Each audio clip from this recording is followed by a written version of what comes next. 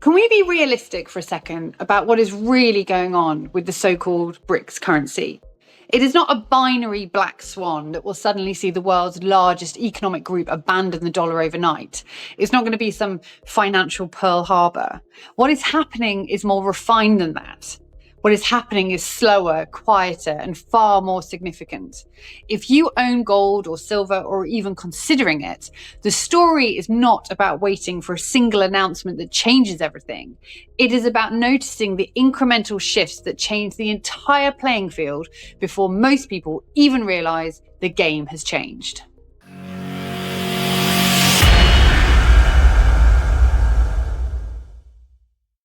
The truth is that the BRICS countries are not about to issue a magic new note that replaces the dollar.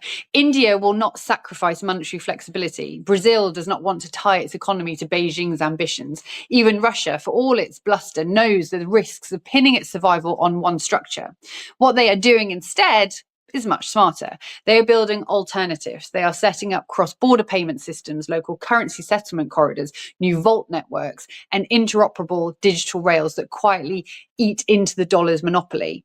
They do not need to declare a coup. They just need to offer enough optionality that people stop assuming the dollar is the only way to clear a trade or settle a balance. The real question is how this intersects with the dollar's own vulnerabilities. America is running extraordinary levels of debt. Political noise is bleeding into the central bank decisions. Washington has grown increasingly comfortable using the financial system as a geopolitical weapon. Sanctions, tariffs, asset freezes, even the rhetoric around these tools all push other countries to ask whether they should be so exposed to one single system. This is not because they suddenly hate America, but because insurance makes sense. If the backstop itself is politicized, then any claim on that backstop becomes conditional. And at that point, diversification is no longer an ideology, it becomes about survival. And this is why we see growing demand for gold, because gold does not care about sanctions or asset freezes. It doesn't care or depend on the promises of a Treasury Department or the credibility of a central bank. It sits outside the system. And that is exactly what makes it so powerful at a time when the system itself is being contested. And the same logic applies to silver, although silver adds an industrial kicker because it is not just a store of value, it is a critical input in energy and technology. And that double role makes it volatile, but it also gives it explosive upside potential when physical tightness emerges. Just look at the signals coming out of the market. Deliveries into COMEX have been unusually large. Exchange for physical spreads have widened. Premiums in New York have been running above what the carry trade would normally imply. And these are not the moves of retail speculators. They look like sovereign or sovereign aligned buyers operating during US hours, pulling Asian demand directly into American price formation. When official actors buy metal, they do it quietly, they do it steadily, and in a way that does not cause headlines, but does shift the balance over time. And we have seen this before. In earlier monetary shifts, gold moved into new hands long before official policy admitted what was happening.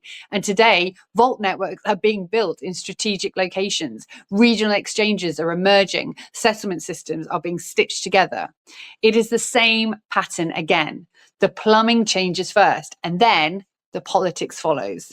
And there's another dimension which we cannot ignore. Some policymakers and advisors are openly discussing the possibility of revaluing gold. And that might sound like a fringe chatter, but it is creeping into mainstream debate. Imagine a government deciding to mark up the official price of its gold reserves in order to expand balance sheet capacity. Imagine new instruments being created that tie redemption or collateral directly to commodity-backed assets. These are not easy moves. They would be politically charged and very much operationally complex. But the fact that they are even being entertained shows how gold is no longer being treated just as some hedge. It is re-entering the conversation as an active monetary instrument. Whether or not a government pulls that lever, the option exists. And when an option exists in politics, it is never irrelevant. And we should not overstate the speed of this process. Monetary primacy does not change overnight. Britain's commercial decline was visible for decades before sterling ceded its role to the dollar. These transitions happen over generations, but the signs are here. More trade is being invoiced in local currencies. More vaults are appearing outside of Western jurisdictions. More sovereign buyers are accumulating physical metal. And each of these steps is a small one on its own, but together, they represent structural change. The dollar is not dying tomorrow, but it is being eroded in ways that matter for anyone who holds assets. For investors, the sensible response is not to panic, but to prepare. And to many people, they treat the phrase BRICS currency like a magic trigger event, this black swan moment. And that is the wrong frame. The real story is the slow burn. The market anticipates slow burns early because value moves long before newspapers do. But what matters is a steady accumulation of behavior that reduces the automatic bid for dollars in global stress. When the United States also faces the arithmetic of constant refinancing, with issuance colliding against limited buying capacity, the odds of either higher inflation or central bank intervention go up. Both of these scenarios favor assets that sit outside the system. And of course, gold is the dawn of those. So it matters. It is not just a shiny relic. It is the canonical example of a non-counterparty asset. It does not rely on anyone's fiscal promises. It can't be printed. It can't be frozen in a clearing system. And silver deserves attention for similar reasons, though its market mechanics may make it even more volatile. Ignoring it means ignoring a potentially asymmetric payoff. The point is not to gamble on collapse, but to recognize concentration risk. When too much of the global system depends on one issuer and one clearing mechanism, well, prudence means diversifying. It does not mean betting the house on catastrophe.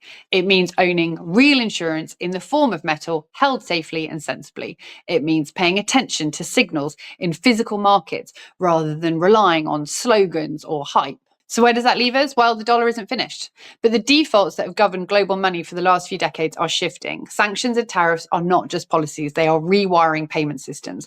Deficits are not just numbers on a spreadsheet, they change the pricing of patience.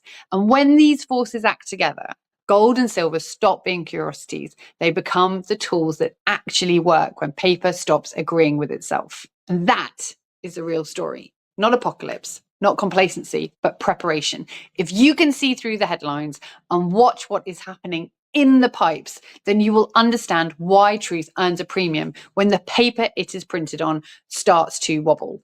Gold and silver are not the end of the story, but they are the assets that give you time and space to react when the story takes a turn. And in a world where politics and its plumbing are moving in opposite directions, well, that time and space may well prove to be the most valuable investment of all time. And if you want to find out more, then why not click on the link below and download one of our guides.